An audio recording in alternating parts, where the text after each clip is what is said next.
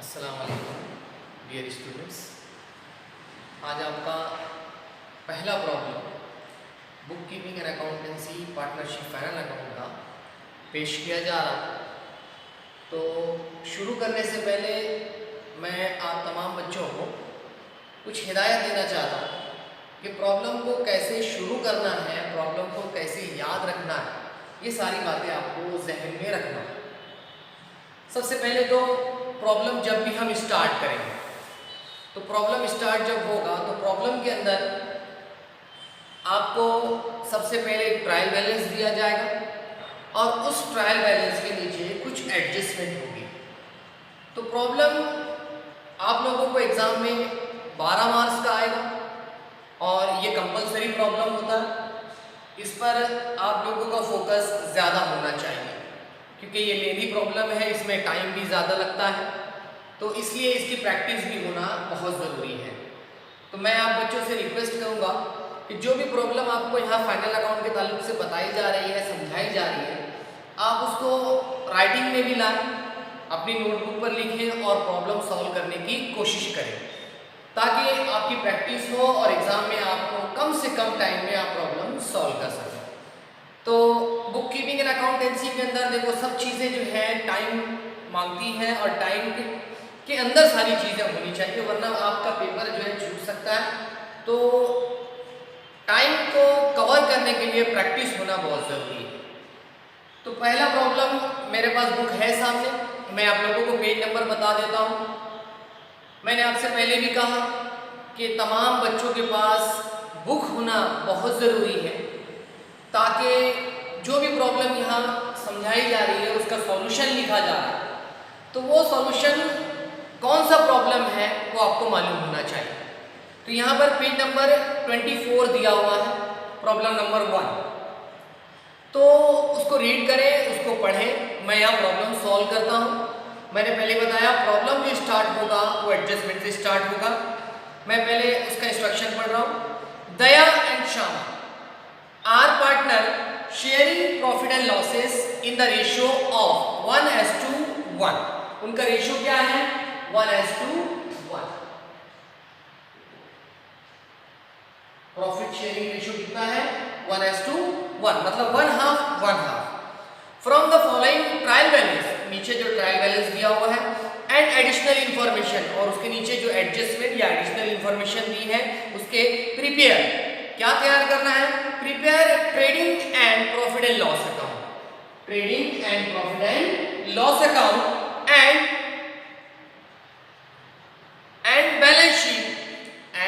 Balance sheet for the year ended 31 March 2019।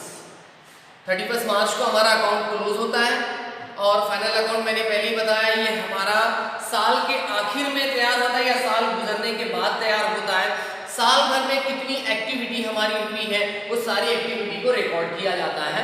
Final account से हमें क्या मालूम होता है? ग्रॉस प्रॉफिट मालूम होता है, नेट प्रॉफिट मालूम होता है और हमको एक स्टेटमेंट मिलता है बैलेंस शीट की सूरत में। उससे हमारी फाइनेंशियल पोजीशन मालूम होती है कि बिजनेस की फाइनेंशियल पोजीशन क्या है। तो स्टार्ट करते हैं प्रॉब्लम स्टार्ट होगा एडजस्टमेंट से। कहाँ से स्टार्ट होगा? एडजस्टमेंट से। तो पहला है, और एक बात और बता दूं कि जितनी भी एडजस्टमेंट आती है नीचे उसके 2 इफेक्ट होते हैं। कितने इफेक्ट होते हैं? 2 इफेक्ट होते हैं। और जितने भी एडजस्टमेंट होने के बाद ट्रायल बैलेंस में जो अकाउंट्स बच जाएंगे उसका सिर्फ एक इफेक्ट होता है। मतलब एडजस्टमेंट के 2 इफेक्ट और ट्रायल बैलेंस के 1 इफेक्ट। तो जो भी रहेगा उसको सिर्फ पुट अप करना है। आपको ये मालूम रहना चाहिए कि कौन सी चीज़ कहाँ पुट करना है, कहाँ लिखना है। मतलब कोई चीज़ ट्रेडिंग अकाउंट में जाएगी, कोई प्रॉफिट एंड लॉस अकाउंट में जाएगी, कोई बैलेंस शीट में जाएगी। तो ये सारी बातें आपको याद रखना रहेगी। तो प्रॉब्लम स्टार्ट करते हैं। पहला एडजस्टमेंट दिया हुआ है, क्लोजिंग स्टॉक ₹40,000। क्लोजिंग स्टॉक कितना दिया है? 40,000। मैंने क्लोजिंग स्टॉक से ताल्लुक से आपको बता भी दिया है। तो क्लोजिंग स्टॉक एडजस्टमेंट है, इसका 2 इफेक्ट रहेगा। पहला इफेक्ट रहेगा ट्रेडिंग अकाउंट क्रेडिट साइड, दूसरा इफेक्ट रहेगा बैलेंस शीट असेट साइड। लिखते हैं यहाँ पर कुछ जगह छोड़ के लिखते हैं क्योंकि हमारा फॉर्मेट बन चुका है। हम पहले ही जानते हैं पहला सेल से है, फिर उसके बाद सेल्स रिटर्न है, फिर कुछ भी एडजस्टमेंट और भी आ सकती है।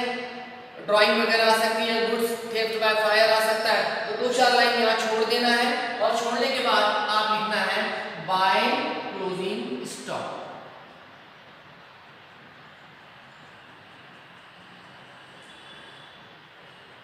बाय क्लोजिंग स्टॉक, इसका जो भी अमाउंट है 40,000। डायरेक्ट आउटर कॉलम में लिखना है 2 कॉलम, एक इनर कॉलम एक outer column.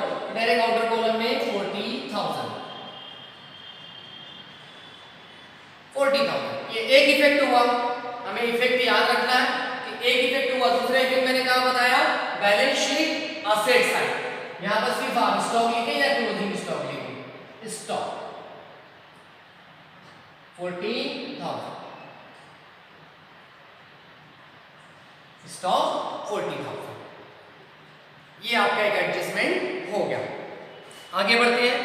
Second adjustment, depreciate building. Depreciation मैंने इससे पहले भी आपको बताया है, डेप्रिसिएशन हम 11वीं में पूरा चैप्टर पढ़े हैं। डेप्रिसिएशन घिसावट को कहते हैं। जब कोई चीज इस्तेमाल होती है और उसकी इस्तेमाल होने के बाद जो वैल्यू घट जाती है उसको जो है डेप्रिसिएशन कहा जाता है। जैसे मशीन है, अब मशीन परचेस किया है मान लेते हैं 50,000 की, लेकिन अब वो 1 साल के बाद क्या उसकी वैल्यू 50,000 रह जाएगी? नहीं रहेगी, क्योंकि वो 1 साल पूरी इस्तेमाल हुई है। और 1 साल इस्तेमाल होने के बाद क्या उसकी वैल्यू 50,000 रह जाएगी? बिल्कुल नहीं रहेगी, बराबर। उसकी वैल्यू जो है घट जाएगी। वो 10% से घटेगी, 20% से घटेगी, 25% से घटेगी, 5% से घटेगी, जो भी वैल्यू घटेगी, लेकिन जो परसेंटेज से वैल्यू घटेगी दैट इज कॉल्ड डेप्रिसिएशन। तो यहाँ वही एडजस्टमेंट दिया हुआ है कि depreciate building and machinery. 2 adjustment है, एक बिल्डिंग की है और एक मशीनरी की है। अब क्या दिया आगे, at the rate 5% and 3% respectively. पहले क्या आया है? बिल्डिंग, उसका परसेंटेज पहले जो आ रहा है वो बराबर 5%, और मशीनरी बाद में आया है और उसके बाद का जो परसेंटेज आ रहा है 3% वो मशीनरी के लिए है। तो ये भी हमें जंबल नहीं होना है। कभी गड़बड़ क्या होती है, हम बिल्डिंग का डेप्रिसिएशन 3% कर देंगे और मशीनरी का डेप्रिसिएशन 5% कर देंगे। तो जो पहले आया है उसका परसेंटेज पहले दिया है, जो बाद में आया है उसका परसेंटेज बाद में दिया है। ये भी आपको याद रखना है। तो शुरू करते हैं बिल्डिंग। तो पहले यहाँ लिख देते हैं बिल्डिंग कहाँ जाएगा, असेट है हमारी, ये बिल्डिंग। बिल्डिंग की जो वैल्यू दी है वो कहाँ मिलेगी? अब ट्रायल बैलेंस में डेबिट साइड। कहाँ मिलेगी? ट्रायल बैलेंस में डेबिट साइड। तो मैं लिखता हूँ बिल्डिंग की जो वैल्यू दी है वो 75,000। आप बुक के अंदर भी देखते रहे, आप अपने पास बुक रखें, है ना। तो 75,000 कहाँ लिखना है? इनर कॉलम में, क्योंकि अभी एडजस्टमेंट करना है। 75,000 लेस 5% डेप्रिसिएशन, लेस 5% डेप्रिसिएशन। तो 5% डेप्रिसिएशन कितना आएगा? देखो डेप्रिसिएशन इससे पहले भी मैं बता चुका हूं, आसान तरीके से निकालना है। 75,000 दिया हुआ है, आप 75,000 को एक के बाद एक अशारिया लगा देते हैं या एक डेसिमल पॉइंट दे देते हैं, तो ये आपकी वैल्यू जो हो जाती है 10% हो जाती है। कितनी होती है? 10%। 7,500 7,500 जो है आपकी 10% वैल्यू रहेगी। तो हमें कितना निकालना है? 5%। तो 10% कितना हुआ? 7,500। ये हमारी 10% की वैल्यू निकालना है। अब हमें 5% करना है, तो हम उसको आधा कर देते हैं। 7,000 के आधा कितना होता है? 3,500। 3,500 500 के आधा 250। तो हमारी टोटल वैल्यू कितनी हो गई? 3,750। ये हमारी 5% की वैल्यू आ गई, बराबर। ये हमारी 5% की वैल्यू आ गई। 10% की वैल्यू 7,500। तो हमने इसका आधा किया, पहले 7,000 का आधा किया तो 3,500 आया, उसके बाद 500 का आधा कर दिया तो 250 आया। तो टोटल वैल्यू कितनी हो गई? 3,750। तो यहाँ पर हमें क्या करना है? 3,750 को लेस कर देना, माइनस करना। कितनी वैल्यू आएगी? कर लेते हैं उसको डायरेक्ट ऑर्डर कॉलम में। 0 10 में से 5 गया 5, हासिल आया 1। 10 में से 8 गया 2, हासिल आया 1। 5 में से 4 गया 1 और 7 को 7 लिखना है। 71,250 रुपया ये हमारी डेप्रिसिएट होने के बाद की वैल्यू आई है। अब आगे बढ़ते हैं। ये एक इफेक्ट हुआ डेप्रिसिएशन का। अब डेप्रिसिएशन हमारा क्या है? नुकसान है, खर्चा है। तो ये जो खर्चा है ये कौन सा है? इनडायरेक्ट एक्सपेंस है। तो ये कहां जाएगा? प्रॉफिट एंड लॉस अकाउंट के डेबिट साइड। आप एक चीज समझ लें, मैंने ट्रेडिंग अकाउंट और प्रॉफिट एंड लॉस अकाउंट को मिक्स कर दिया है, बराबर। यहां पर जो टोटल आएगी, यहां पर जो टोटल आएगी वो ट्रेडिंग अकाउंट की आएगी, जहां हमें ग्रॉस प्रॉफिट या ग्रॉस लॉस मालूम होगा। उसके बाद हम लिखेंगे टू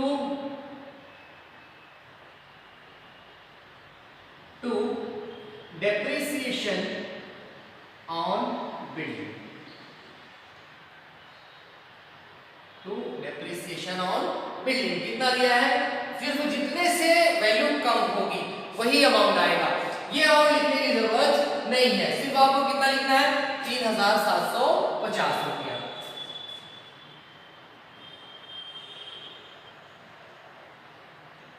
₹3,750। आगे उसी में एडजस्टमेंट दिया हुआ है। मशीनरी 3% से करना है, उसी के नीचे लिख लेते हैं।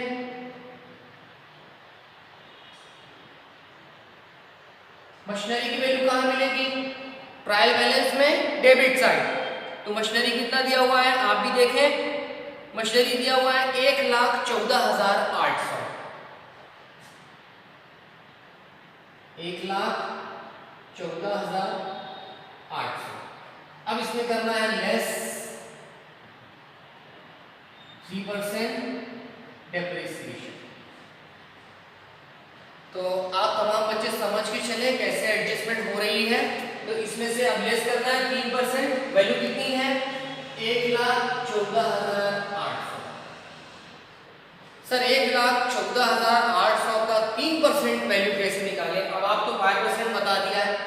तो जब एक के बाद डेसिमल पॉइंट लगता है, एक के बाद डेसिमल पॉइंट लगता है, एक सिफर के बाद या एक अशारिया लगता है, तो ये हमारी वैल्यू बन जाती है 10%। लेकिन अगर ये दो सिफर के बाद एक डेसिमल पॉइंट लगा दिया जाए या एक अशारिया लगा दिया जाए, तो ये जो वैल्यू हमारी आई है ये वैल्यू बन जाती है 1%। कितनी हो जाती है? 1%। ये किसी भी वैल्यू में आप कर सकते हैं, ऐसा नहीं कि जिसमें 0 दिया है तो सिर्फ उसी में। आप मान लेते हैं अगर एक वैल्यू दी है 3,30,305 रुपया, तो सर इसका 10% कितना आएगा? वैसे ही आएगा, 5 के बाद एक सिफर लगेगा, दैट इज 10%। 2 के बाद सिफर लगेगा, दैट इज 1%। क्लियर? तो ये परसेंट निकालने का आसान तरीका, जैसे अगर मान लो अगर 5% निकालना है तो आप पहले 10% की वैल्यू निकाल लें। तो 10% कितना हो गया? 33,030 रुपया 50 पैसा, बराबर 33,030 रुपीज एंड 50 पैसे। ये हमारी वैल्यू होती है। तो यहाँ पर हमने निकाल लिया, कितना निकाला है वैल्यू हमने? 1%, बराबर। तो ये 1% की वैल्यू कितनी आई है? 1148, 1148। ये हमारी 1% की वैल्यू है। तो इंटू 3 कर देते हैं। तो इंटू 3 करने के बाद हमारी जो वैल्यू आएगी वो रहेगी 3,444। 3,444 को लेस करते हैं 3,444। इसको लेस कर लेते हैं। लेस करने के बाद जो वैल्यू आएगी बॉर्डर कलम में लिखना है डायरेक्ट। 10 में से 4 गया 6 हासिल 1, 10 में से 5 गया 5 हासिल 1, 10 में से 8 में से 5 गया 3। उसके बाद 14 में से 3 निकाल देते हैं डायरेक्ट, कितना बचेगा? 11। तो हमारी वैल्यू जो आई है 1,11,356 रुपया या 1,11,356। ये एक इफेक्ट हुआ। दूसरा इफेक्ट इसी के नीचे, to depreciation on machinery. To depreciation on machinery कितना आएगा? 3,444। 3,444। तो आप समझ सकते हैं कि दो इफेक्ट कैसे हुआ।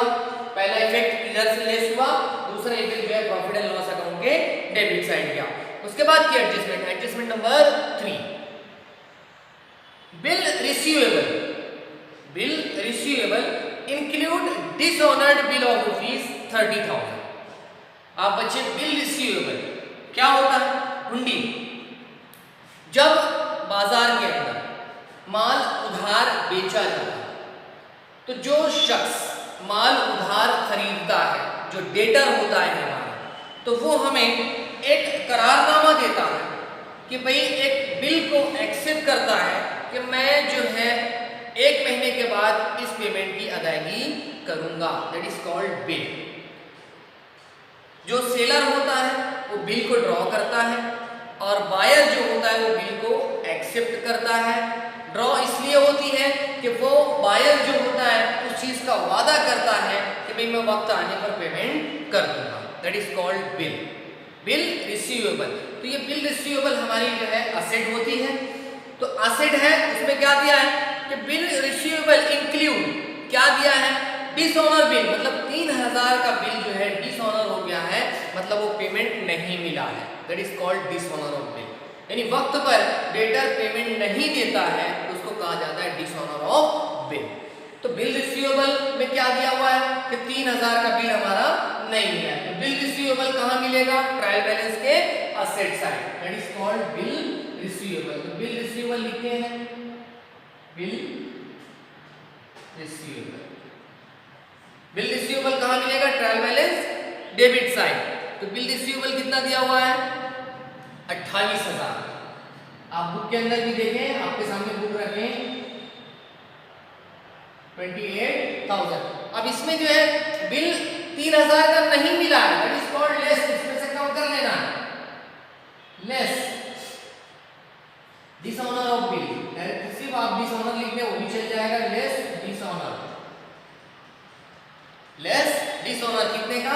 3,000 का। तो दैट इज उसको लेस कर लेना है। 3,000 का जब आप बिल लेस कर लोगे तो कितना बचता है हमारा? 25,000।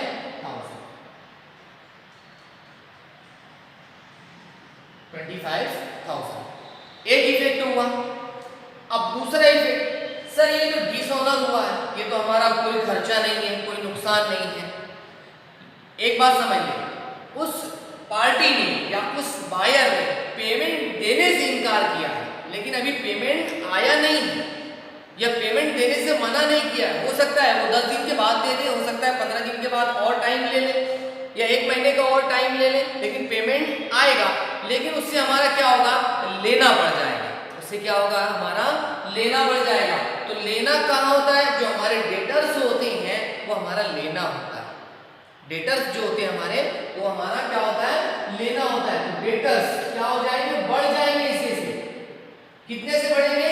3,000 रुपये से बढ़ जाएंगे। तो डेटर्स भी हमारे कहाँ मिलेंगे? Trial balance debit side. देख लेते हैं सन्ड्री डेटर्स 1,32,500। 1,32,500 बराबर। अब इसमें ऐड करना है क्योंकि हमारा लेना बढ़ रहा है। कितने से बढ़ रहा है? 3,000 से। Add dishonour. ये हमारा दो इफेक्ट जो है यही हो रहा है, कहीं दूसरी जगह जाने की जरूरत नहीं है। दोनों इफेक्ट हमारा यही हो रहा है। तो ऐड डिसऑनर, इसमें 3,000। अब इसको हम आउटर कॉलम में नहीं लिखेंगे क्योंकि आगे एडजस्टमेंट और भी है। बैड डेट दिया हुआ है, आरडीडी दिया हुआ है, हमें इस पर नजर रखनी है। तो क्या करना है? इसको इनर कॉलम में ही रहने देना। 500, 3 और 2 5, 1,35,500। तो दोनों इफेक्ट यही हुआ, यहां से लेस हुआ और यहां पर आकर डेटर्स में ऐड हो गया। तो ये एडजस्टमेंट भी यही थी। उसके बाद एडजस्टमेंट है नंबर 4, गुड्स वर्थ ₹1,000। 1,000 का जो गुड्स है टेकन बाय दया। दया जो हमारा अपना पार्टनर है, यहाँ पे मैंने शॉर्ट में लिखा है, दया का DY कर दिया है और श्यामा का SH कर दिया है। बराबर, थोड़ा सा जगह की तंगी की वजह से। तो यहाँ पर Daya for personal use was not entered in the books of account. Daya personal use के लिए 1000 का गुड्स लेकर गया, लेकिन ये बुक्स ऑफ अकाउंट में नहीं लिखा है, तो हम लिख लेते हैं, बराबर। तो कैसे लिखना है मैंने पहले ही बताया, ड्राइंग्स है, तो हमारा सबसे पहले देखते हैं कैपिटल कितना है। दया का 1,60,000 लिख लेते हैं हम, बाय ओपनिंग कैपिटल। दया का दिया है 1,60,000 रुपया, और श्यामा का जो दिया है वो है 1,20,000। श्यामा का जो है 1,20,000 रुपया है।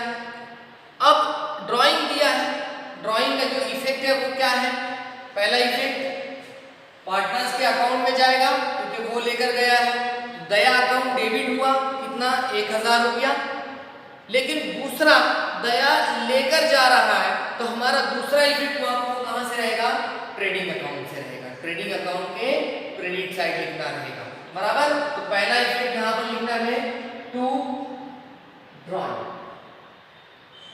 सिर्फ दया की है 1,000 रुपया, तो दया के अकाउंट में लिखना है, श्यामा के अकाउंट में नहीं आएगा। और ये तो पहला इफेक्ट होगा। दूसरा इफेक्ट रहेगा यहाँ पर देखो 2-3 जगह आपको वापस से छोड़ना है, क्योंकि हमारा कॉलम फिक्स है। आपके फॉर्मेट में आपको देखना है हमारा कॉलम फिक्स है, यहाँ पर हमारे अकाउंट्स की जो जगह है वो फिक्स है, बराबर। तो यहाँ समझ लो पहला सेल्स आ जाएगा, उसके बाद रिटर्न आ जाएगा, उसके बाद यहाँ लिखते हैं by drawing, bye Daya. Direct counter column में अमाउंट लिखना है 1000। ये आपका दो इफेक्ट हुआ ड्राइंग का, ठीक है। आगे बढ़ते हैं। Write off number 5, write off. Write off का मतलब होता है खत्म कीजिए, निकाल दीजिए, बराबर। Write off ₹1800 as bad debt. Bad debt क्या है, जो हमारा अपना पैसा डूब जाता है, that is called bad debt, ठीक है। एंड मेंटेन, और मेंटेन कीजिए, क्या मेंटेन करना है, आरडीडी, आरडीडी को मेंटेन करना है at 5% on sundry debtors. Clear. Bad debt भी जो होता है, जो हमारा पैसा डूब जाता है, हमारे डेटर्स होते हैं। डेटर्स जब पैसा नहीं देते हैं या पैसा देने से इनकार कर देते हैं, that is called bad date. उसके बाद आरडीडी भी इसी से मेंटेन होता है, डेटर से। क्यों, आरडीडी जो होता है रिजर्व फॉर डाउटफुल डेट, मतलब हम उस चीज का रिजर्व करते हैं जिसे हमें डाउट होता है कि ये भी पेमेंट मिलने वाला नहीं है, दैट इज कॉल्ड आरडीडी। तो पहले हम लेस करते हैं, बराबर, बैड डेट। अब इसमें एक बात याद रखें, पहले देख लेना है हमारे पास पुराना बैड डेट कुछ ट्रायल बैलेंस में दिया हुआ है क्या, देख लेते हैं। आप भी देखें बुक के अंदर, तो पुराना बैड डेट दिया हुआ है 1,000 रुपया।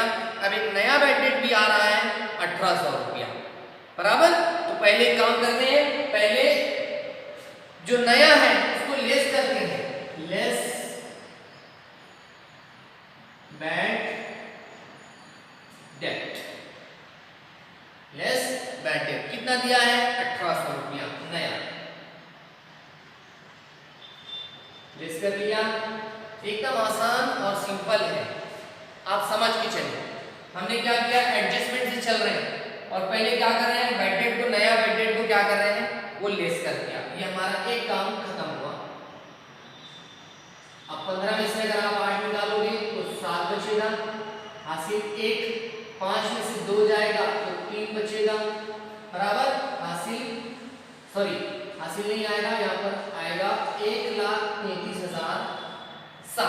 1800 निकालने के बाद ये पहला इफेक्ट। हम पहले बैड डेट को लेकर चल रहे हैं कि आरडीडी बाद में है, एंड से जुड़ा हुआ है, एंड, तो एंड वाला बाद में देखेंगे, पहले बैड डेट क्लियर करके।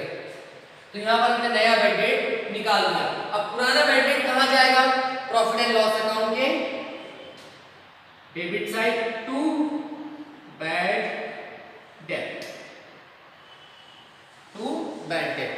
तो बैड डेट आएगा वो कहाँ लिखना है, पुराने वाला पहले 1,000 रुपया इनर कॉलम। कहाँ से मिला हमें ये, ट्रायल बैलेंस से। कहां से मिला? ट्रायल बैलेंस से। तो इसमें क्या करना है, नया वाला ऐड कर देना, ऐड न्यू बैड डेब्ट, नया वाला ऐड कर देना है। अब उसकी टोटल वैल्यू कितनी हो जाएगी, ये 1800 रुपया ऐड कर देना है प्लस डायरेक्ट आउटर कॉलम में बैड डेट को अलग करना है, आरडीडी को अलग लिखना है। तो हमें हर चीज वाज़ेह हो जाएगी। बहुत सारे प्रॉब्लम में आपको ये भी मिलेगा कि इसी में आरडीडी भी ऐड हो जाएगा, बराबर, लेकिन हम आरडीडी को इसमें ऐड नहीं करेंगे, हम दोनों को अलग अलग लिखेंगे। तो उसमें हमें समझने में आसानी भी होती है और हमें ये भी समझ में आता है कि भाई हमारा बैड डेट टोटल अमाउंट कितना है और आरडीडी का अमाउंट कितना है। तो हम अलग अलग लिखेंगे। ये टोटल अमाउंट कितना हो गया, 2800 ये हमारा बैड डेट हुआ। पहला इफेक्ट यहाँ 1800, दूसरा इफेक्ट यहाँ पर आके ऐड हो गया। एडजस्टमेंट के दो इफेक्ट हमें बहुत अच्छी तरीके से याद रखना है, भूलना नहीं है। आगे करते हैं, and maintain RDD at 5% on sundry debtors, बराबर। अब आरडीडी कर लेते हैं। अब हमें देखना है पुराना आरडीडी कहाँ दिया रहेगा, क्रेडिट साइड दिया रहेगा, आरडीडी 1800 रुपया। अब आरडीडी हमारा क्यों क्रेडिट साइड दिया है, सर ये भी तो नुकसान ही है, ये तो डेबिट साइड आना चाहिए क्योंकि हमारा रूल ही है डेबिट एक्सपेंसेस एंड लॉसेस। लेकिन आरडीडी नुकसान हुआ नहीं है, ये नुकसान होने वाला है। एक्चुअली ये पैसा मिलने वाला है, एक्चुअली ये पैसा मिलने वाला है।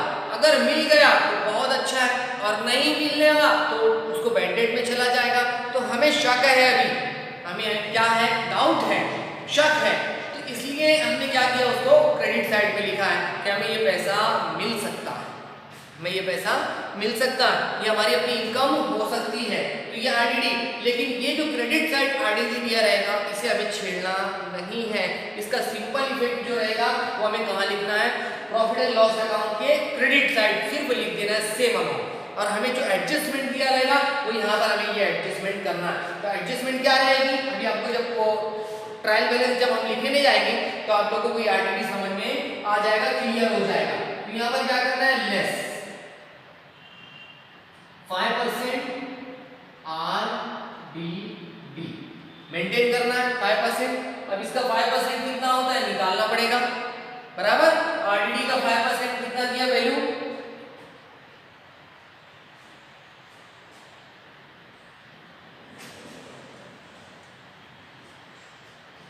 1,33,700। 10% कितना होगा, एक अशारिया लगा दिया, 13,370 रुपया। ये हमारा कितना आ गया, 10%। अब इसका 5% करना है। आप 2 से चाहे तो डिवाइड कर दो या आप उसको आधा करना चाहे आधा कर दो, ये भी हो सकता है। तो हम अगर उसको 2 से डिवाइड करते हैं तो भी 5% आ जाएगा और उसको आधा करेंगे तो भी 5% आ जाएगा। तो आरडीडी का जो 5% जो वैल्यू बन रही है, मैं डायरेक्ट बुक में से बता देता हूँ। 5% वैल्यू 6,985 रुपया, 6,985 रुपया। देख लेते हैं, वैल्यू निकाल भी सकते हैं। मैं अलग अलग निकालता हूँ। पहले 10,000 का आधा कर देता हूँ, कितना, 5,000। 3,000 का आधा करता हूँ, 3,500, सॉरी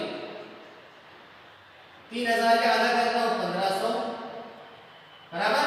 300 के आधा करता हूँ 150, 70 का आधा करता हूँ 35। तो ये सारी वैल्यू मेरी कितनी हो गई, अलग हो गई। उसको टैली भी कर लेते हैं। 5, 5, 3, 8 और ये 6 और ये 6।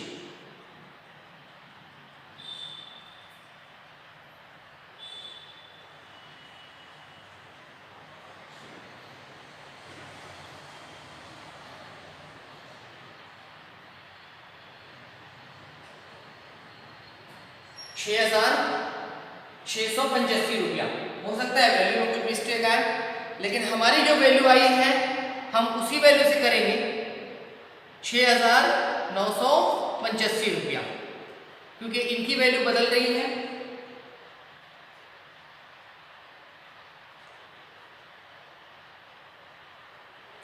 इनकी वैल्यू बदल रही है तो वैल्यू आई है हम उसी से लेंगे 6,685 रुपया। बुक की वैल्यू थोड़ा सा बदल भी सकती है और हमारी वैल्यू भी बदल सकती है, लेकिन प्रॉब्लम सेम हो सकता है क्योंकि हम प्रॉब्लम अलग तरीके से कर रहे हैं। बुक के अंदर हो सकता है कोई अलग तरीके से प्रॉब्लम किया होगा, लेकिन हमें वही चीज को नहीं दोहराना है। हमारी जो वैल्यू आ रही है हम उसमें चलें, ठीक है। तो यहाँ पर हम आरडीडी निकाल रहे हैं कितना 6,685 रुपया, इसको लेस करना है। अभी भी इसे इनर कॉलम में ही लिखना है, आगे कोई एडजस्टमेंट डेटर के ऊपर हो सकती है। तो यहाँ पर लिखना है लेस 10 में से 5 गया 5 हासिल 1, 10 में से 9 गया 1 हासिल 1, 7 में से 7 0, उसके बाद 33 में से 6 निकाल लेते हैं डायरेक्ट 27 हो जाएगा 1,27,015। तो हमारी जो वैल्यू आई है इस वैल्यू को हमें नहीं लेना, ये बुक के अंदर दिया हुआ है, हमें ये वैल्यू लेना है जो हमारी अपनी वैल्यू आई है, क्योंकि हमें प्रॉब्लम सही तरीके से चलना है। जो वैल्यू हमारी बच रही है हम उसी के ऊपर आरडीडी निकालेंगे, हम कहीं दूसरी तरफ से आरडीडी नहीं निकालेंगे। एक बार फिर से टैली कर लेते हैं चाहे 13,370 रुपया। तो हमने पहले 10,000 की वैल्यू अलग की, 10,000 का आधा किया 5,000, उसके बाद 3,000 का आधा किया 1,500, 300 का आधा किया 150 और 70 का आधा किया 35। तो ये 5 5 3 8, उसके बाद 5 और 1 6 और 5 और 1 ये 6। तो ऐसे 6,685 रुपया जो कि हमने यहाँ से लेस किया 6,685 रुपया। अब हमें यहाँ लिखना है, वो तो पहला इफेक्ट हुआ आरडीडी का जो हमने निकाला। अब हम लिखते हैं 2 RDB। कितना लिखना है डायरेक्ट ऑर्डर कॉलम में लिख सकते हैं क्योंकि मैंने बताया कि इसमें ऐड और लेस नहीं करना है। जो ओल्ड आरडीडी रहेगा वो हमें डायरेक्ट कहां लिखना है प्रॉफिट एंड लॉस अकाउंट के क्रेडिट साइड। तो आरडीडी कितना दिया है 6,685 बराबर। हम बुक का प्रॉब्लम ही सॉल्व कर रहे हैं, लेकिन हमारा एडजस्टमेंट से प्रॉब्लम स्टार्ट है, तो हम जो तरीके से चल रहे हैं हम उसी तरीके से चलेंगे आगे, ठीक है। लेकिन हमें सिर्फ ये ध्यान रखना है कि जो नेट प्रॉफिट और जो नेट लॉस आएगा हो सकता है वो सेम ही आएगा, इसमें कोई चेंजेस नहीं आने वाले, या अगर जो भी आएगा तो हमें बैलेंस शीट को टैली करना है, हमारी अपनी बैलेंस शीट भी टैली होनी चाहिए, ठीक है। आगे बढ़ते हैं एडजस्टमेंट में। आरडीडी का भी हो गया, मेंटेन कर लिया हमने डेटा के ऊपर, 5 नंबर हो गया। अब आखिरी में दिया हुआ है एडजस्टमेंट गुड्स ऑफ ₹6,000, 6,000 का जो गुड्स है 6,000 वेयर सोल्ड बेचा गया था, but not entered in the books of account. But not entered in the books of account मतलब 6,000 का जो सेल था वो बुक्स ऑफ अकाउंट में रिकॉर्ड नहीं हुआ, तो हम रिकॉर्ड करेंगे, ये एडजस्टमेंट है, हम रिकॉर्ड करेंगे। तो हमारा सेल्स कहां आता है फाइंड सेल्स। सेल्स हमें कहां मिलेगा ट्रायल बैलेंस में। कितना है हमारा टोटल सेल 2,85,500, 2,85,500 ये हमारा अपना सेल है बराबर। अब इसी में ऐड करना है, add unrecorded sale, add unrecorded sale, कि भाई हमारा सेल बढ़ेगा ना यहां से, ऐड अनरिकॉर्डेड सेल कितना है 6,000 रुपये। तो हम 6,000 रुपये का क्या कर रहे हैं सेल को ऐड कर ले रहे हैं, तो ये हमारी सेल की वैल्यू बढ़ गई, इनर कॉलम में लिखेंगे 11,9,2। तो हमारी ये थोड़ा सा मैं नीचे करता हूँ ड्राइंग को क्योंकि मेरे पास जगह कम पड़ रही है। बाय ड्राइंग्स बाय गया 1,000, इसको मैं मिटा देता हूं,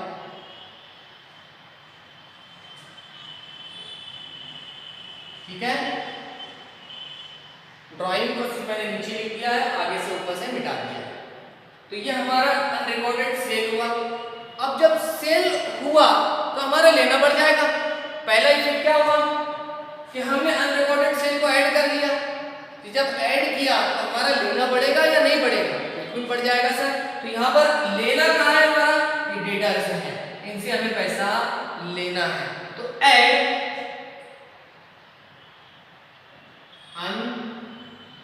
अनरिकॉर्डेड सेल कितने का? 6000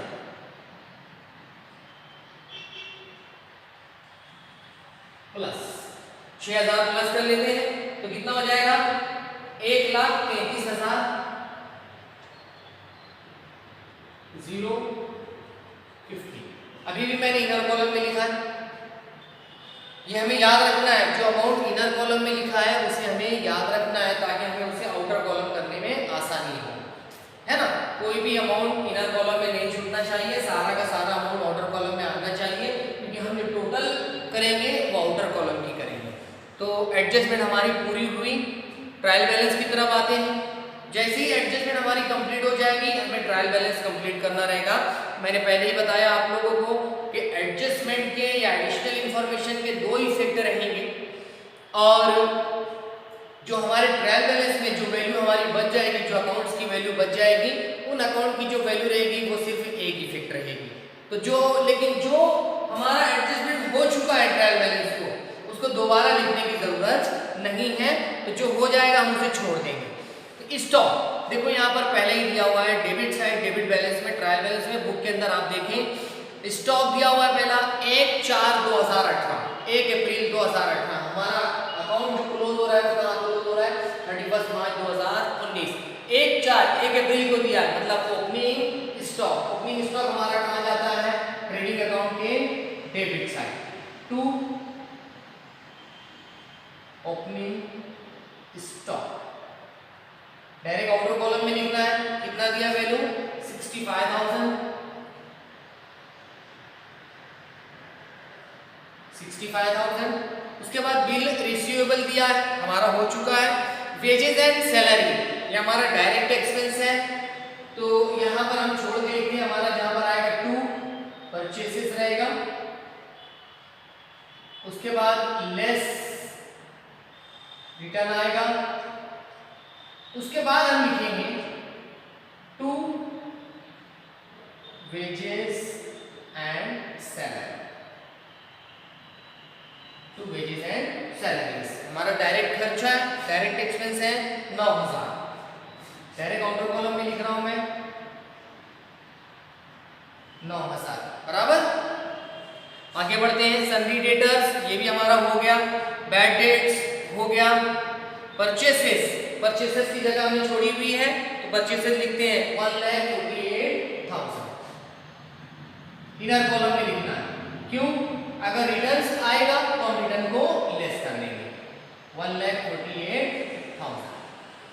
आगे लिखते हैं मोटर का, ये हमारी क्या है? असेट है, तो कहां जाएगा? Balance sheet asset side. इसके नीचे लिखते हैं एक लाइन छोड़कर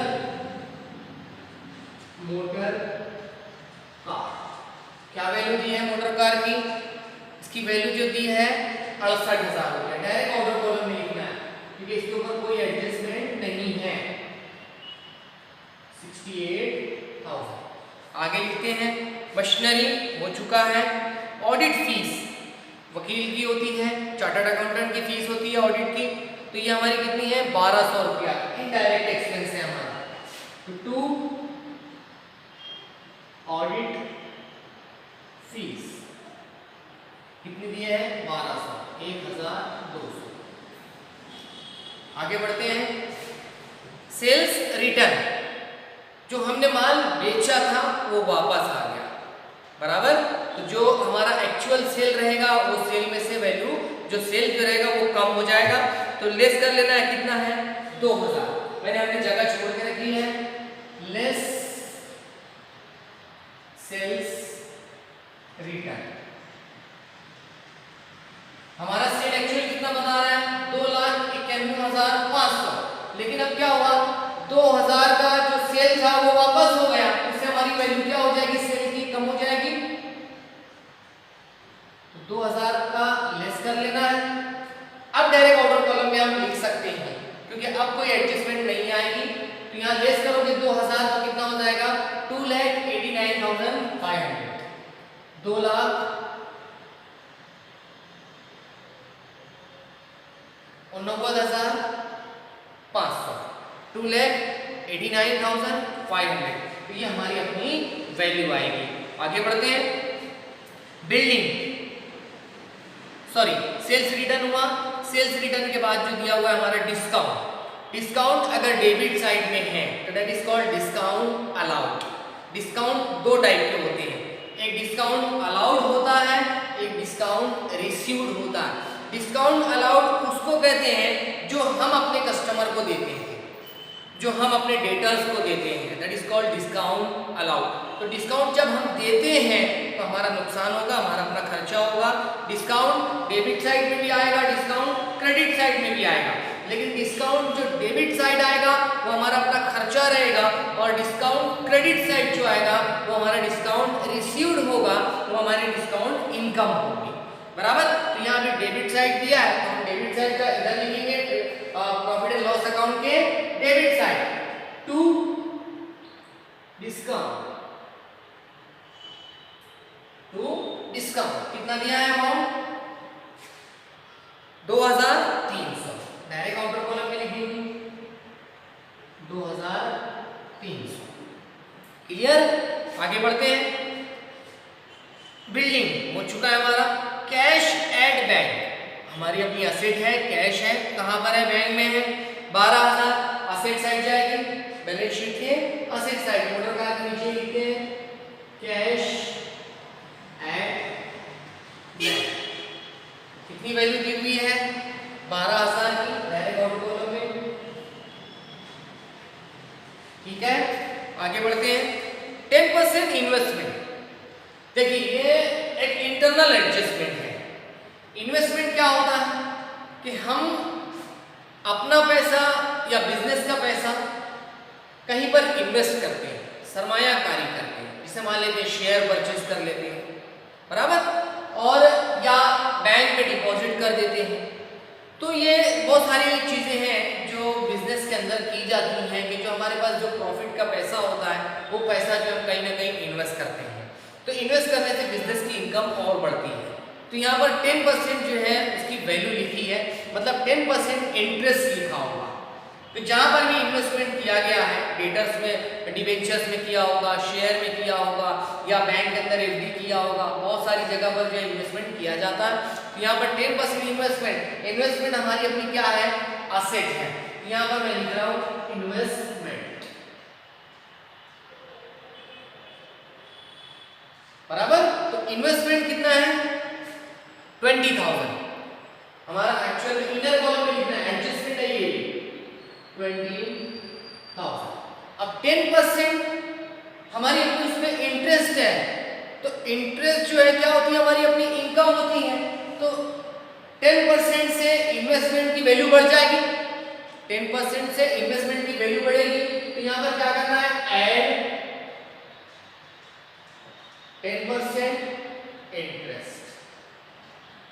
क्या करना है 10% इंटरेस्ट को ऐड करना है। तो 10% कितना आएगा 2000 आएगा। इसकी जो वैल्यू है वो कितनी हो जाएगी 22,000 हो जाएगी। कितनी हो जाएगी 22,000। तो अब ये वैल्यू हमारी बढ़ रही है, कितने से बढ़ रही है 2000 से।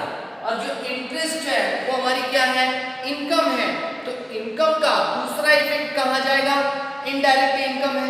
तो इनडायरेक्ट का दूसरा इफेक्ट जो रहेगा प्रॉफिट एंड लॉस अकाउंट के क्रेडिट साइड में, बराबर। यहाँ पर एक लाइन छोड़ दें ग्रॉस प्रॉफिट या ग्रॉस लॉस के लिए, हम लिखते हैं bye interest on investment. Interest on investment direct order column में लिखना है कितना 2000। कितना लिखना है 2000। क्लियर। आगे बढ़ते हैं।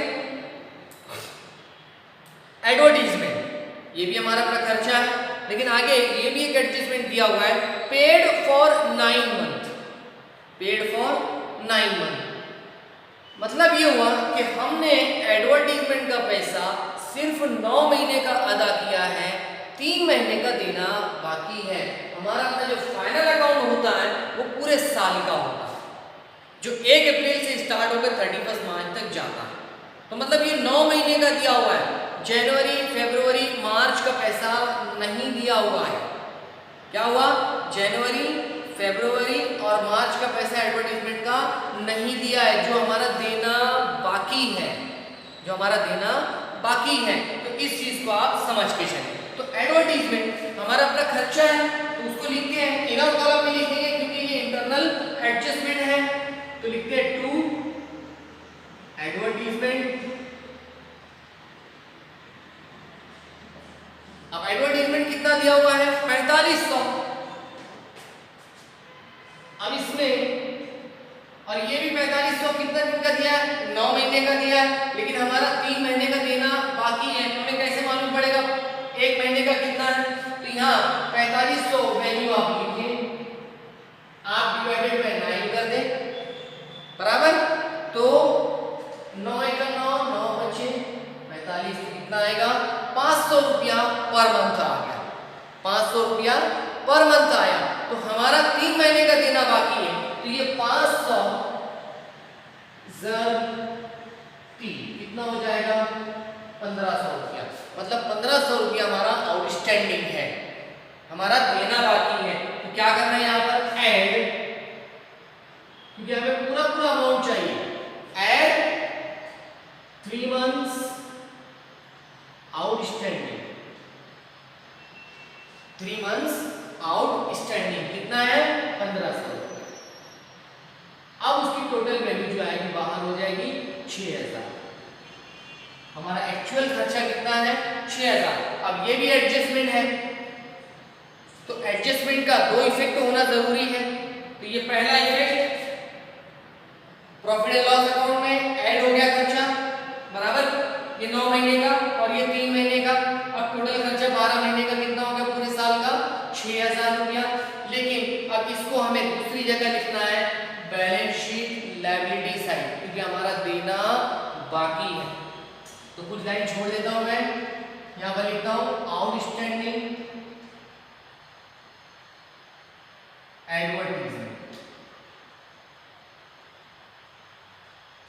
कितना? 1500। ये हमारा आउटस्टैंडिंग है, हमारा देना बाकी है। लायबिलिटी ही हमारा देना बाकी होगा, बराबर। तो जो आउटस्टैंडिंग जो भी आएगा तो आउटस्टैंडिंग कहाँ जाएगा?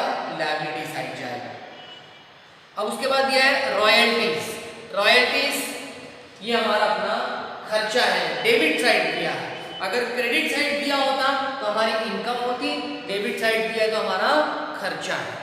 तो रॉयल्टीज कहाँ जाएगा? रॉयल्टीज एक्चुअली इनडायरेक्ट एक्सपेंस भी माना जाता है और डायरेक्ट एक्सपेंस भी माना जाता है। तो हम डायरेक्ट मान लेते हैं रॉयल्टीज टू रॉयल्टीज, बराबर। तो रॉयल्टीज कितना दिया हुआ है? 3000 रुपया।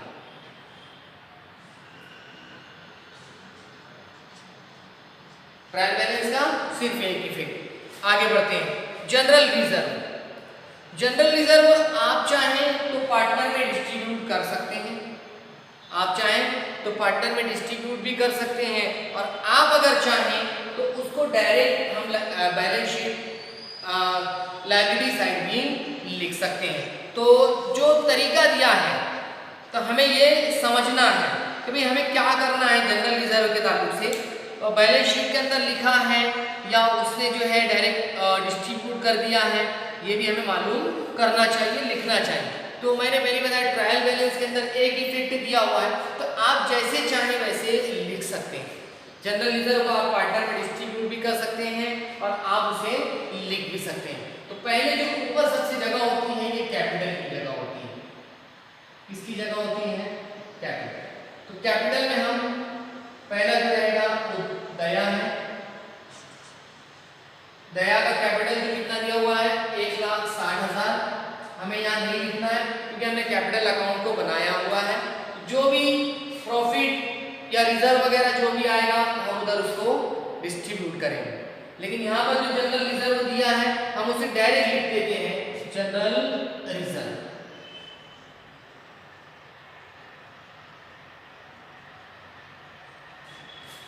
जनरल रिजर्व की वैल्यू कितनी दी है 14,500।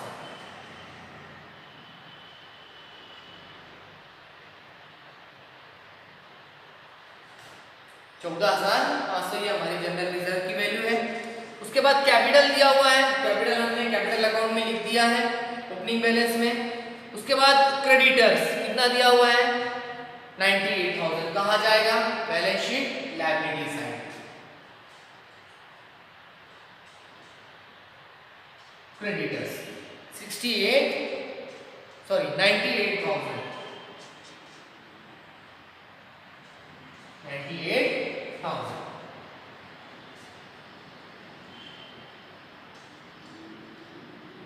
उसके बाद आरडीडी मैंने पहले बताया, जब ट्रायल बैलेंस में आरडीडी दिया रहेगा तो आपको यहाँ पर ऐड और लेस करने की जरूरत नहीं है।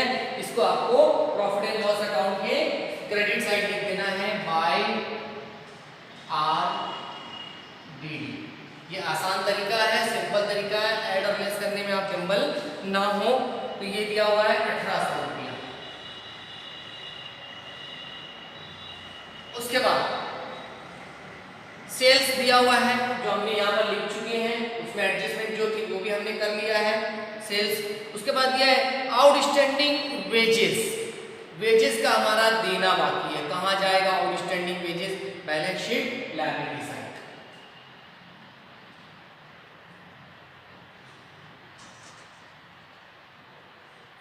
आउटस्टैंडिंग वेजेस कितना दिया है 700। उसके बाद परचेस रिटर्न हमने अभी तक रिटर्न की जगह छोड़ के रखी है बराबर। तो परचेस रिटर्न कितना हुआ है उसकी वैल्यू जो दी है वो 4,000 रुपया दी हुई है बराबर। तो 4,000 रुपये से हमें क्या करना है उसको लेस करना है।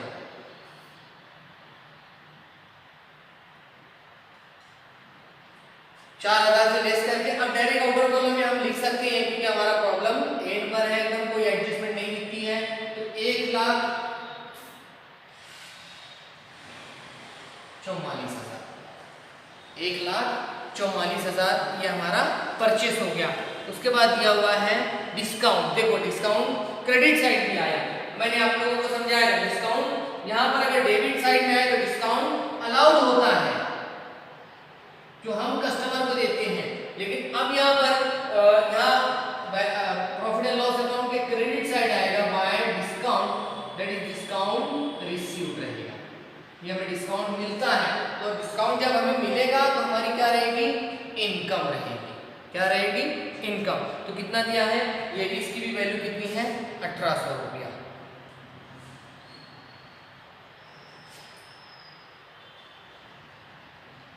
इसकी भी वैल्यू कितनी दी हुई है 1,800 रुपया दी हुई है। तो यहाँ पर हमारी एक एक चीज कंप्लीट होती है। अब हमें टोटल मारना है, टोटल मार के पहले ग्रॉस प्रॉफिट निकालना है, ग्रॉस प्रॉफिट या ग्रॉस लॉस आएगा जो भी आएगा। उसके बाद जो है हमें ये टैली करना है और बैलेंस शीट में जो कैपिटल आएगा गया का और क्षमा का वो हमें लिखना रहेगा। कैपिटल अकाउंट हमने ओपन किया हुआ तो जो भी कैपिटल का अमाउंट यहाँ पर बैलेंस आएगा हम यहाँ पर डायरेक्ट आउटर कॉलम में लिखेंगे। क्लियर। तो थोड़ा सा चेंज है प्रॉब्लम के अंदर, वैल्यू के अंदर। तो हमें मैंने पहले बताया कि पहले ये भी चेक कर लें कि कोई अमाउंट इंटरनल कॉलम में तो नहीं है। तो हमारा डेटर जो है वो अब इंटरनल कॉलम में दिख रहा है तो हमें क्या करना है उसको आउटर में कर लेना है। 1,33,015 1 लाख और देख लेते हैं कोई और अमाउंट जो है हमारा आउटर कॉलम में तो नहीं है बराबर। तो ये सारी चीजें हम पर नजर रखनी है, एक एक चीज पर देखना ध्यान रखना कि भाई हमारी हर चीज बराबर हुई है या नहीं हुई। वैल्यू आप इधर उधर कर सकते हैं बराबर, लेकिन जो हमारा एक्चुअल अमाउंट है उस अमाउंट के अंदर कोई चेंज आना नहीं चाहिए। तो देख लेते हैं इधर की वैल्यू ज्यादा है इधर की वैल्यू ज्यादा दिख रही है। ये पहला 500 टोटल करते हैं आप, जो भी आएगा हमारा अपने सामने रहेगा। ये 500 हो गया। उसके बाद 9 10 0 हासिल आया 1। उसके बाद 8 और ये 4 12 और एक 13 हासिल आया 1 2 और 1 3। 3,30,500 हमारी टोटल आ रही है। तो इस साइड की टोटल ज्यादा है, यही वैल्यू सेम इधर लिखना है 3,30,500। अब इस वैल्यू को हमें माइनस भी करना है। इस वैल्यू ये वैल्यू कितनी है हमें ये भी मालूम होना चाहिए। तो आप चाहे तो अलग से टोटल करें, अपने वर्किंग नोट पर करें। टोटल 65,000 1,44,000 9,000 3,000। क्लियर? 0 0 0 5 4 9 9 9 18 18 और 3 21 हासिल आया 2 6 4 10 और 2 12 हासिल आया 1।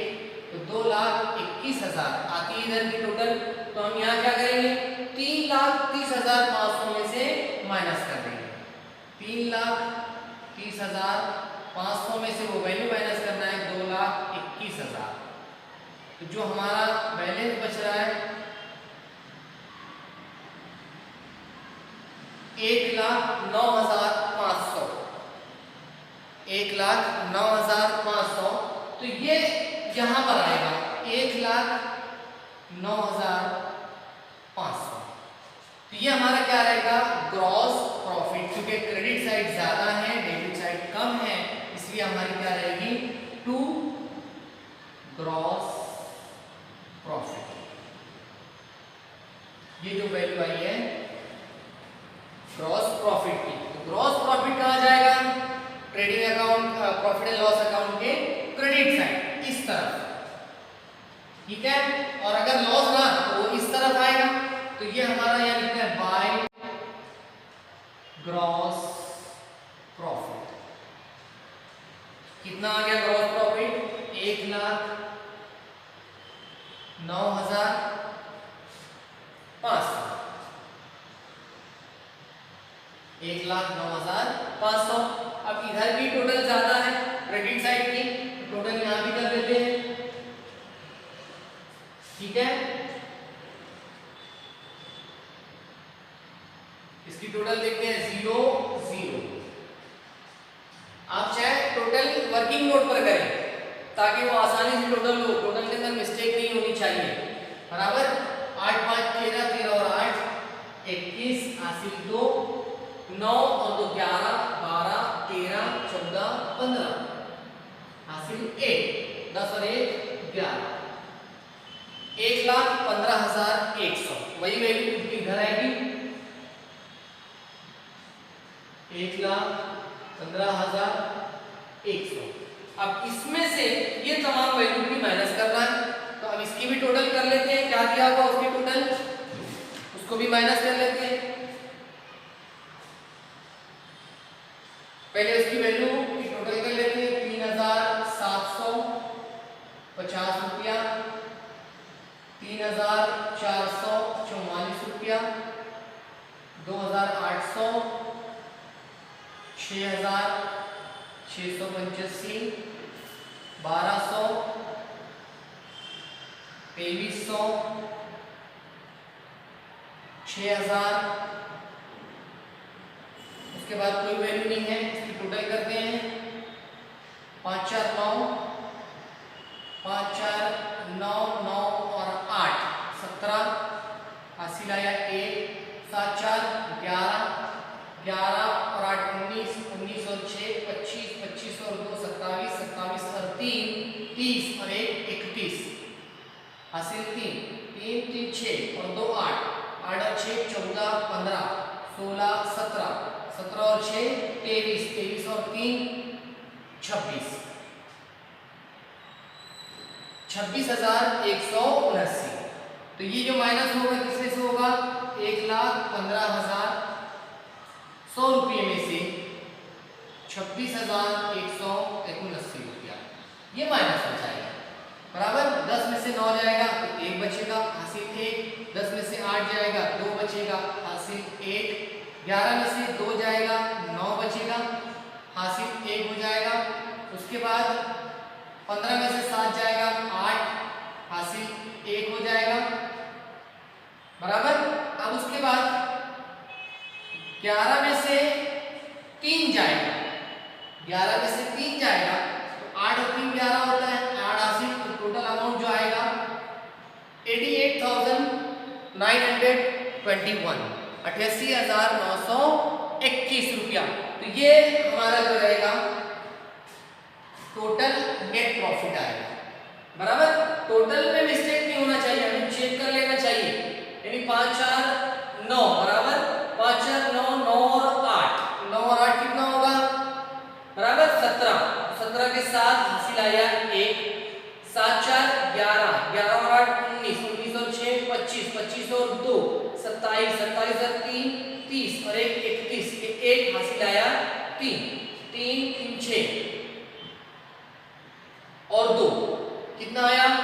3 3 6 और 2 8, 8 और 6 14, 15 16 17, 17 और 6 23, 23 और 3 26। बराबर 23 और 3 26 होता है। तो 26,179 रुपया ये आया हमारा। और एक चीज हमें ये समझ में आ रही है कि भाई हमारा जो अकाउंट है वो क्लियर चलना चाहिए। बराबर। कोई में वैल्यू में फर्क नहीं आना चाहिए। तो यहाँ पर जो वैल्यू है 1,15,000,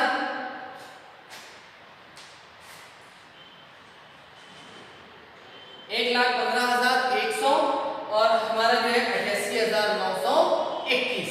तो हमें क्या करना है? Net profit.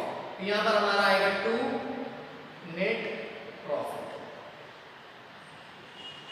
ट्रांसफर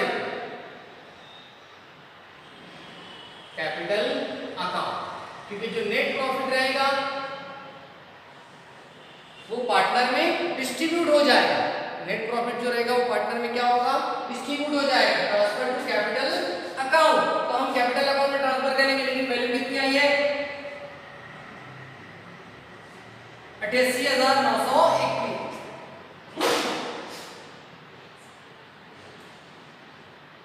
88,921। ठीक है, ये हमारा नेट प्रॉफिट आया। नेट प्रॉफिट को डिस्ट्रीब्यूट कर देते हैं पार्टनर में। तो 88,921। अब उनका रेशियो क्या है?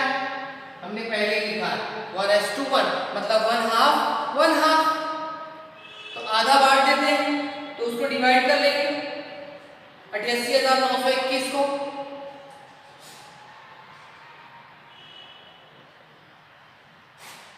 उसको इस तरफ कर लेते हैं।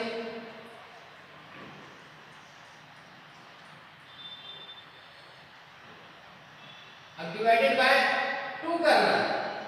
बराबर 2 चौक 8, 2 चौक 8, 2 चौक 8, 2 छक्के 12। बराबर। अब ये 1 बच रहा है वैल्यू। बराबर। तो इसकी वैल्यू 2 छक्के 12 और एक सिफर लगा देते हैं। 2 पंचे 10। 44,465। 44,465, 44,465 वैल्यू देख लेते हैं। वैल्यू ज्यादा भी नहीं होनी चाहिए। 5 5 10 हासिल आया 1, 6 6 12 और 1 13। वैल्यू बढ़ रही है हमारी। तो जो वैल्यू आएगी उस वैल्यू को हम लोग वो हिसाब से करेंगे। अब यहाँ पर देखो ऐसे भी कर सकते हैं। 88 का 44,000 रुपया हो गया 900 का। बराबर 900 के आधा करोगे कितना आएगा? 450 और 450। ये 450 हो गया। हम एक हिस्सा निकाल रहे हैं। और 20 के आधा हो जाएगा 10। अभी हम एक नहीं जोड़ रहे। बराबर। तो 44,460 रुपया। 65 नहीं आएगा, 460 आएगा। 2 सिफर सिफर या 2 एका 2 जिसे कहते हैं आप। 44,460। तो हमारे पास एक और है, तो एक जो रहेगा वो किसी को वैल्यू को बढ़ा देंगे, एक जो रहेगा 461 कर देंगे और एक को 460 कर देंगे। क्लियर? तो यहाँ पर एक चीज समझ में आ गई कि हम इसको डिवाइड कर सकते हैं, जो भी वैल्यू आएगी बराबर पार्टनर्स को हम डिवीजन कर सकते हैं। तो 44,460 एक लेकर जाएगा, 44,461 दो लेकर जाएगा। तो प्रॉफिट है, प्रॉफिट कहा जाएगा क्रेडिट साइड में, बाय नेट प्रॉफिट 44,460 और 44,461। अब इसकी भी टोटल करते हैं और उसकी वैल्यू निकालते हैं, बैलेंस निकालते हैं। 1 6 4 4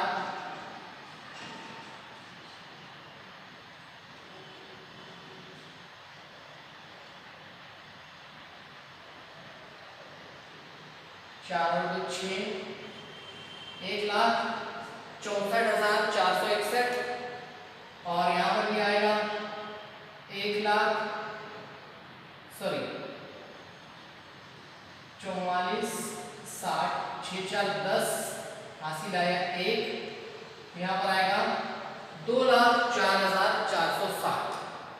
तो यहाँ पर वही वैल्यू वापस लिख देना है, 1,64,461 और 2,04,460।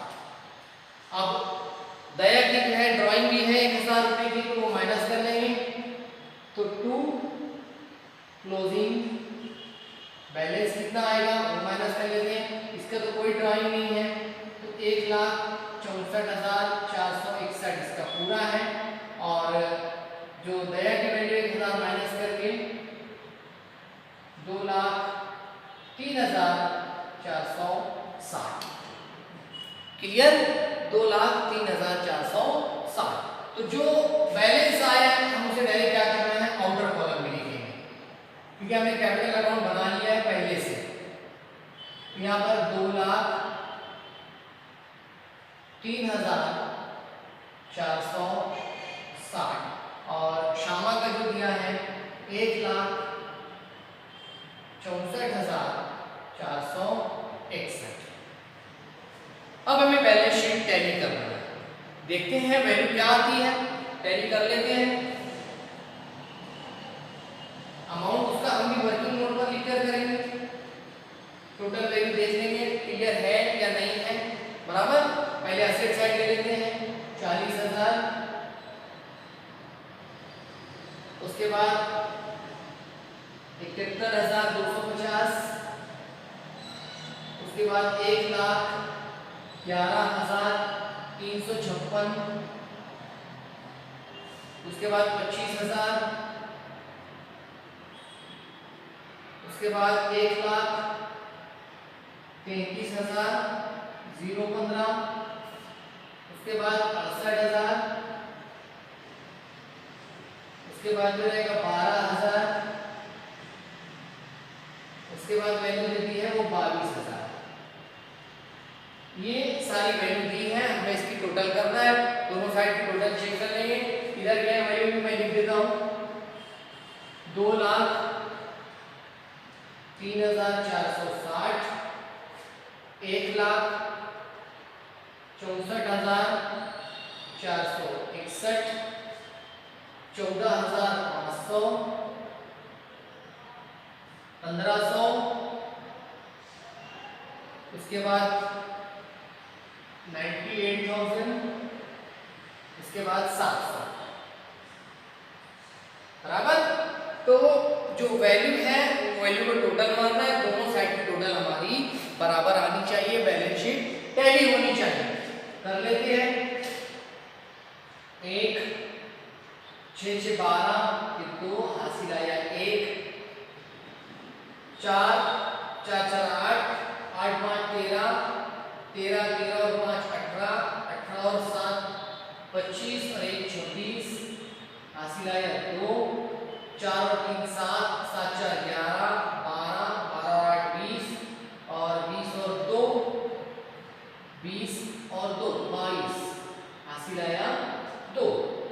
6 और 1 7, 7 और 9 16, 16 और 2 18, हासिल आया 1 2 3 4, 4,82,621 एक साइड की टोटल है। इस साइड की टोटल कर लेते हैं। 6 5 11, हासिल आया 1, 5 5 10, 11 12, हासिल आया 1, सॉरी यहाँ पर आएगा हासिल 1, 3 और 2 5 और 1 6, हासिल नहीं है यहाँ पर 2 7, 7 3 10, 10 और 8 18, 18 और 2 20 और 2 22, हासिल आया 2, 7 4 11, 12 13 14, 14 और 3 17, 17 और 6 23, 24 25 26 27 28 के 8, हासिल आया 2 और ये 6, 1 2 और ये 4, 4,82,621 दोनों साइड की टोटल हमारी इक्वल है। तो बैलेंस शीट हमारी टैली होनी चाहिए। आपका प्रॉफिट बुक से थोड़ा सा अलग दिख रहा है, लेकिन आपकी जो बैलेंस शीट वो टैली हो रही है। हमने थोड़ा सा प्रॉब्लम आगे पीछे, प्रॉब्लम में थोड़ा सा ऐसे, लेकिन दोनों प्रॉब्लम सेम है, कुछ एडजस्टमेंट अलग है हमारा, मतलब यानी हमने डेटास को पहले ऐड किया, लेस किया, जो भी तरीके से हमने किया, हमारा अपना एडजस्टमेंट थोड़ा सा अलग हुआ, लेकिन हमारी जो बैलेंस शीट है वो टैली हो रही है। हमारा प्रॉब्लम पूरा यहाँ पर आपका पहला प्रॉब्लम सॉल्व होता है। 4,82,621 और यहाँ पर भी जो रहेगा 4,82,621। तो आप तमाम बच्चे इस प्रॉब्लम को 2-3 दफे देखें वीडियोस को, और आप उसको समझने की कोशिश करें। कुछ भी प्रॉब्लम रहे आप मुझे कॉल भी कर सकते हैं, आप कमेंट में भी पूछ सकते हैं। तो ये आपका पहला प्रॉब्लम है, आप इसे लिखें। इंशाल्लाह मैं यहाँ से अब डेली आप लोगों को एक प्रॉब्लम डालता हूँ और आप उसे बगौर देखते रहें, अपनी नोटबुक तैयार करते रहें, और बुक कीपिंग एंड अकाउंटेंसी जो हमारी बुक है गवर्नमेंट की, वो अपने पास रखें। इंशाल्लाह हम आपको आगे और तफसील से समझाते रहेंगे, बताते रहेंगे। Thank you very much.